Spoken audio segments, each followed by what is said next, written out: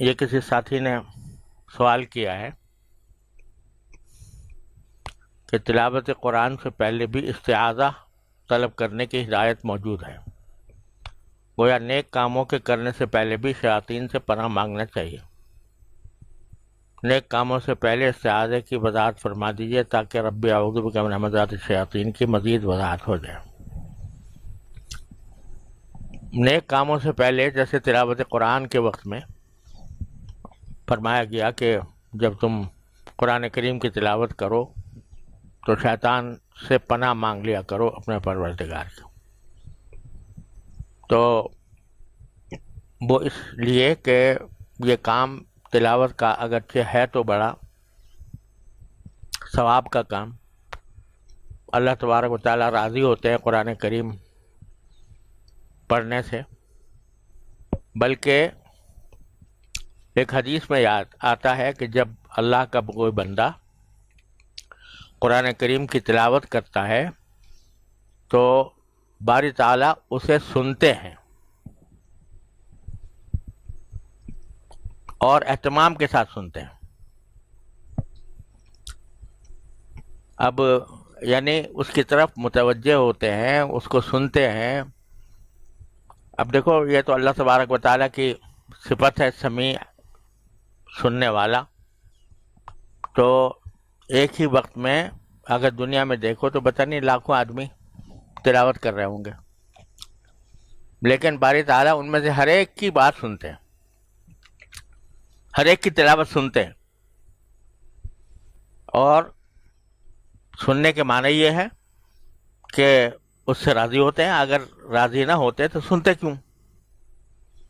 تو سنتے ہیں باری تعالیٰ، اور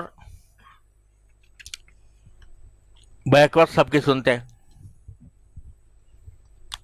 یہ بات ہمارے اپنے عقل کے لحاظ سے اگر دیکھیں تو اگر 1000 آدمی تلاوت کر رہے ہیں، ان سب کو الگ الگ کیسے سنے گا آدمی؟ لیکن باری تعالیٰ کی صفت ہے سمیع، جو ہماری جو سننے کی طاقت ہے اس کی کوئی حقیقت نہیں ہے، وہ کسی وقت بھی ختم ہو جاتی ہے، لیکن باری تعالیٰ کی جو صفت ہے وہ صفت ازلی ہے، ازل سے ہے، ابد تک رہے گی، لہذا وہ سنتے ہیں۔ اس کا تھوڑا سا نمونہ بعض اوقات علمیہ دنیا میں بھی دکھا دیتے ہیں۔ ہم نے حضرت مولانا قاری فتح احمد صاحب رحمۃ اللہ علیہ کو دیکھا، بڑے اونچے درجے کے امام تھے قراءت کے، ہمارے یہاں دارالعلوم کے اندر سالہ سال انہوں نے گزارے ہیں، اور ہر سال رمضان میں تراویح پڑھا کرتے تھے۔ تراویح جو ہے وہ رات کو 9:30 10 کے قریب شروع ہوتی تھی اور سحری تک جاری رہتی تھی، اور 3 دن میں قرآن کریم ختم کرتے تھے، اور ہر مرتبہ ایک نئی قرأت میں پڑھتے تھے۔ ایک مرتبہ قرأت حفص میں کیا تو ایک مرتبہ فلاح میں کیا، برش میں کیا، ایک مرتبہ کسائی میں کیا، اس طرح ساری جتنی قرأت سبعہ ہیں ان سب میں قرآن کریم ختم کرتے تھے ہر روز 3 دن، اور عشاء کے بعد سے کھڑے ہوتے تھے جب دوسرے لوگ تراویح سے فارغ ہو جاتے تھے، اور فجر تک وہ تراویح جاری رہتی تھی، اور بعض اوقات سحری کھانے کے لیے بھی 10-20 منٹ ملتے تھے، اس طرح ساری رات پڑھتے تھے۔ تو ان کو ہم نے دیکھا کہ 10 آدمی سامنے بیٹھے ہیں اور ایک تلاوت کر رہا ہے، ہر ایک کی سن رہے ہیں، اور ہر ایک کی غلطی بھی پکڑ رہے ہیں، اگر کسی سے غلطی ہو گئی تو اس کو کہا کہ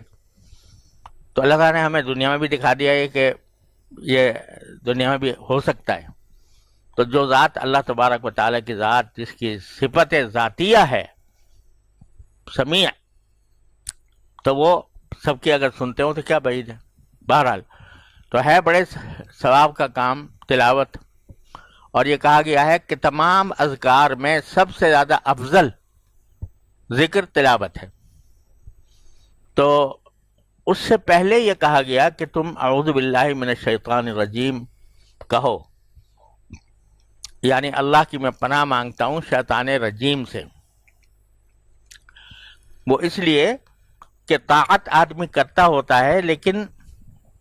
عبادت کر رہا ہوتا ہے، لیکن بیچ میں کوئی شیطان وسوسہ ڈال دیتا ہے، کوئی غلط قسم کا خیال دل میں ڈال دیتا ہے، بعض اوقات اپنے اوپر عجب ہونے لگتا ہے، میں نے اتنے پارے پڑھ لیے.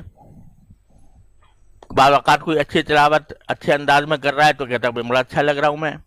میری تلاوت بہت اچھی لگ رہی ہے، عجب میں مبتلا کر دیتا ہے. جن کو قرآن کریم سے کی معانی سے مناسبت ہے تو ان کو بعض اوقات اشکالات دل میں وارد کر دیتا ہے، تو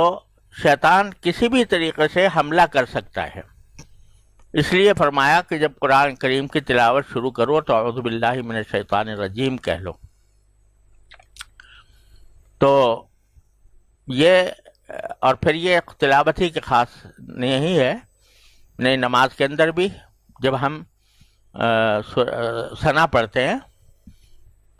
سبحانک اللہم و بحمدک پڑھتے ہیں، اس کے بعد پھر اعوذ باللہ من الشیطان الرجیم بسم اللہ الرحمن الرحیم اور پھر سورہ فاتحہ. وہ بھی وہاں بھی کیوں، اگر آدمی دھیان سے پڑھے تو یہ معنی یہ ہے کہ میں اس نماز تو پڑھنے جا رہا ہوں لیکن پتہ نہیں شیطان مجھے کس ہلاکت کی وادی میں ڈال دے اور کس طرح میرے نیک عمل کو بھی خراب کر دے، اس واسطے میں پناہ مانگ لیتا ہوں پہلے. تو نیک عمل جو ہوتا ہے یہ بعض اوقات نیک عمل جو ہے وہ انسان کو بعض اوقات گمراہ بھی کر دیتا ہے شیطان کے تصرف سے. گمراہ کس طرح کر دیتا ہے کہ میں نے بڑا تیر مار لیا، میں نے بہت بڑی عبادت کر لی، تو وہ جو کچھ کیا تھا وہ کیا ذرا بھی جاتا رہتا ہے. اس واسطے فرمایا گیا کہ بھئی تم یہ مانگا کرو، پناہ مانگا کرو. اور رب انی اعوذ بک من ہمزات الشیاطین واعوذ بک رب ان یحضرون. یہ دعا تو وہ تھی جو نبی کریم سرور عالم صلی اللہ علیہ وسلم کو اللہ تبارک و تعالی نے تعلیم دی. قل، آپ کہیے، یہ دعا مانگیے